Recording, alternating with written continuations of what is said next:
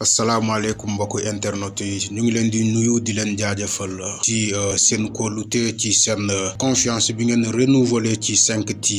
TV sport tey nag naa ñu wax ci match piège Sénégal Burkina Faso match bi à moins de 24 heures du coup d'envoi des demi-finales de la Coupe d'Afrique Total Énergie Cameroun 2022 donc il y a un match qui se décide qui s'annonce palpitant diggante Sénégal ak Burkina Faso, les étalons, donc les Lions de la Teranga et les étalons du Burkina Faso. Donc ce match donne match bo xamné ça sera match piège là pour les Lions de la Teranga parce que depuis kérok sen victoire bi contre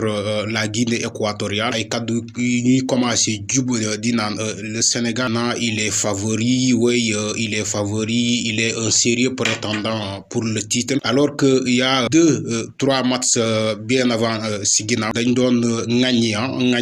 suñu Lions yi di naan Sénégal ne présente pas un projet de jeu amul football bu rafet am nañuy dem ba naan sa Sénégal mérité wul victoire million parce que moom xam ngeen ko Sénégal qualifié na avec 5 points, un seul but marqué et une victoire surtout un petit but marqué sur penalty donc mu donne parcours bu mitigé là mais ils ont fait le job comme on le dit donc tey nag dinañu pencher directement sur le match de demain qui va opposer Sénégal ak Burkina Faso. Le match sera à 19h GMT heure locale Dakar et 20h au Cameroun match bi yoon gis ngeen amoon na incident yi amoon fii ci le stade à banlieue de Yaoundé le stade Olembe ba CAF jël décision naan léegi kenn du fa footballati mais il y avait un recours keroog le dimanche la CAF a sorti un communiqué pour dire que maintenant désormais après des études faites sur le bilan de l'incident qui a coûté 8 morts. Légui la CAF a décidé maintenant après les rapports qu'elle a lus, légui à partir des demi-finales tous les matchs vont se jouer au stade Olembe. Donc CAF jël une décision ni que légui stade Olembe dina abriter manam tous les demi-finales ñaari demi-finales diggante Sénégal ak Burkina ak aussi le pays organisateur Cameroun ak Égypte, d'accord. Donc pour le match de demain Sénégal Burkina man dama ne match piège là parce que d'après lu ñuy jàng ci presse locale bi Sénégal et aussi la presse internationale même dem nañu sax ba gestu ci presse burkinabé bi c'est comme si ñoom burkinabé yi ñoom nee nañu sax ñoom il se sent mieux de cette posture de outsider parce que ñoom loolu moo leen di permettre ñu def surprise ñoom bàyyi nañu favori bi Sénégal parce que ñoom xam nañu Sénégal c'est la première nation FIFA selon le classement de la FIFA aussi de la CAF ñoom nangu nañ ko bàyyi nañ ko Sénégal sur papier mu nekk que favori ñoom ils seront sur le terrain pour faire le job ñoom loolu la ñu wax parce que ñu ne l'équipe du Burkina Faso est à l'image du peuple burkinabé actuellement parce que xam ngeen ni fële Burkina am na coup d'état bu fa nekk machallah mais léegi tout est revenu au calme mais ñoom ñu ne leur équipe va jouer l'honneur va jouer la patrie ñoom dañuy jouer dinañu tooyal maillot bi pour won askan waa Burkina ni ñoom ils sont à leurs images dans la Coupe d'Afrique des Nations donc moo tax ñu ne leen ça sera un match piège parce que tamit boo xoolee ñaari palmarès équipe yi bu ñu jëlee le statistique des rencontres entre le Burkina et le Sénégal les deux équipes se sont rencontrées 11 fois avant la rencontre de demain bien sûr ils se sont rencontrés 11 fois Sénégal dóor na ko 3 fois Burkina Faso dóor Sénégal 2 fois pour autant de matchs nuls déjà gis ngeen déjà derby bi entre ces deux équipes donc il y a pas beaucoup de victoires pour les deux équipes Sénégal moo ko bàyyi si une petite victoire à longueur donc mu doon deux équipes yoo xam te ne mu doon derby de l'Afrique de l'Ouest derby boo xam te ne dafay métti chaque fois parce que gis nañu ci éliminatoire Coupe du Monde 2018 les deux équipes se sont neutralisées sur le score de 0 but partout ici à Dakar def nañu ndam dikkul si diggante ñaari équipes yooyu ça c'est 2 décembre de 2017 donc fii à Dakar ñaari équipes yi joué nañu kenn dugalul sa morom ci mu ñu fàttali sax ci match boobu Kalidou Koulibaly jotoon na am rouge Sénégal joué donc avec une infériorité numérique ci match boobu léegi après le 3 jours plus tard le 5 septembre de la même année de toujours 2017 ñu dem fële ci Ouagadougou le match de retour ñaari équipe yi tamit encore ñu nul sur le score de 2 buts partout donc gis ngeen ñaari équipe yooyu ils ont un bilan mitigé parce que quoi qu'on dise ñaari diggante équipe yooyu dañuy jouer football bu ferme te match bi dafay daal di métti lool moo tax ñu ne leen attention am na piège ci match bi parce que beaucoup de Sénégalais voient leur équipe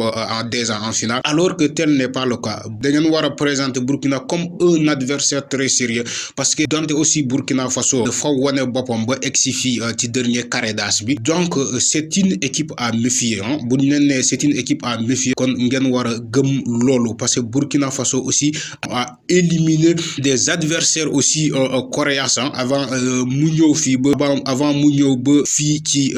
demi-finale donc moom moo éliminé la Tunisie de Wahbi Kazirian gis ngeen Burkina Faso moo ko éliminé donc match suba bi les Lions doivent aller avec sérénité donc dégg nañ ko ci Lions yi ku mel ni Abdou Diallo ci vestiaire yi muy naan muy ñaax mbokk moromam joueurs yi pour ñu commencer de ne pas tomber dans le piège parce que léegi ñu ngi commencer naan ñoom ay favoris parce que ñoom ils vont pas se faire avoir donc loolu la waxoon pour ñun am sérénité boobu léegi bu ñu demee ci ay nouvelles ci tanière bi gis ngeen démb on a assisté à l'entraînement des Lions de la Teranga toujours au stade Amadou Ahidjo dans l'annexe ci annexe bi mooy galop d'entraînement bi gis nañu Lions yi entraîné nañu démb mais c'est une légère dégression parce que ñu joué woon keroog contre Guinée équatoriale ñoom dañuy ñëw def seen footing accélération après ñu daal di ñibbi donc ñu nekkoon ci baa bi ak remplaçant yi ñoo xaw a def benn séance ni bu xaw a sérieux léegi après ñu am récupération et aujourd'hui ils vont s'entraîner aussi pour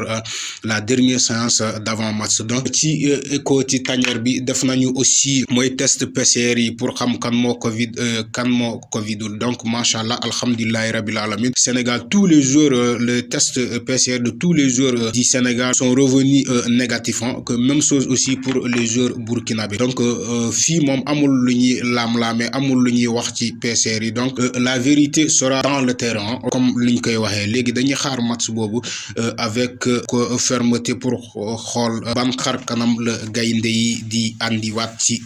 demi-finale bi parce que demi-finale kan mooy demi-finale mooy équipe boo xam te ne dafa def ay jaloore ba egsi fii ci dernier carré d'as bi donc match bi du yomb moo tax sénégalais yi dañoo war a méfier wu bu baax a baax ci burkinabé yi parce que ils ont des attaquants ils ont aussi même si dañuy ne Sénégal moo am ay stars mais burkinabé yi aussi ils ont des joueurs potentiels comme boo jëlee ku mel ni Bertrand Traoré le joueur de Aston Villa et il y a aussi leur attaquant de Valenciennes il s'appelle Aboubacar Ouattara et aussi leur star Gustavo Sangaré pour ne pas aussi parler de seen gardien bu am solo avec ko fi ba am te ne ci classement fii équipe type CAF ci mooy quart de finale yi moom la ñuy choisir comme gardien équipe boobu 11 de départ boobu donc mu doon gardien boo am te ne gardien bu mën garder la donc Sénégal devra passer par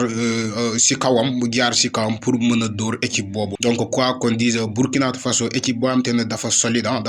et aussi si défense bi dafa am ay défenseurs yi am solo comme ay Tapsoba et cetera même si aussi Sénégal aussi am na ay stars comme ku mel ni Sadio Mané ku mel ni Edouard Mendy Kalidou Koulibaly et cetera et aussi ay joueurs yi am solo ku mel ni Bouna Sarr ku mel ni Ismaïla Sarr et aussi qui a signé son comeback qui a signé son retour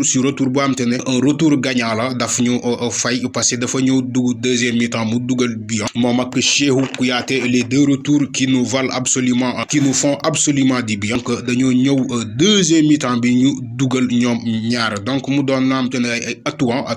surtout potentiel ci équipe Sénégal boobu donc bu ñu xoolee équipe composition Sénégal bi booy équipe boo xam te ne il commence à monter en puissance ci dernier carré d'as bi donc ñu espérer que ça soit ainsi pour le match de demain pour match suba bi ñu gën a wanewaat seen bopp ñu gën a tooyalaat mayo yi donc on espère que ça sera ainsi donc mbokk yi mu doon loo xam te ne jàngat bu ñu def ci ñaari équipe yi donc toujours ci ligne boobu ci seen fu wëy toujours di leen servir ci Coupe d'Afrique des Nations bi même si on va revenir demain pleinement ci suñu direct sur 5 TV à partir de 18h30 donc ñu ngi leen di jaajëfal di leen remercier ci seen kóolute di leen ñaax aussi sur toujours ngeen continuer di abonner di like pour ngeen am suñu vidéo yi bëri surtout bientôt allez merci beaucoup et jaajëf.